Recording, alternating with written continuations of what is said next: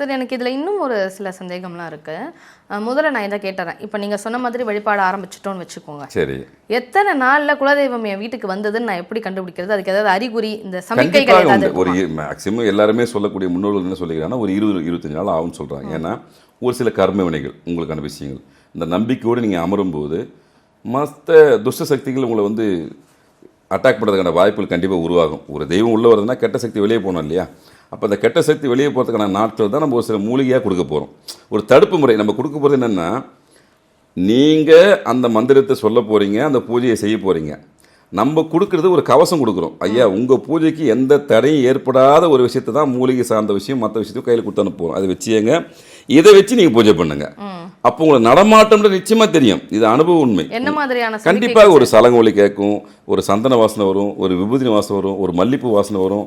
உங்கள் வீட்டில் பெரியவங்க யாராக இருந்தால் அவங்க கனவுல வருவாங்க. முன்னோர்கள் யாராக இருந்தால் அவங்க உங்கள் வீட்டு கனவுல வருவாங்க. அது ஒரு உங்களுக்கே புரியும். இது உணர்வுபூர்வமான விஷயம். நம்ம வார்த்தையால் விவரிக்க முடியாது. அவங்களுக்குள்ள இந்த உடம்புல ஒரு சில மாற்றங்கள் தெரியும்.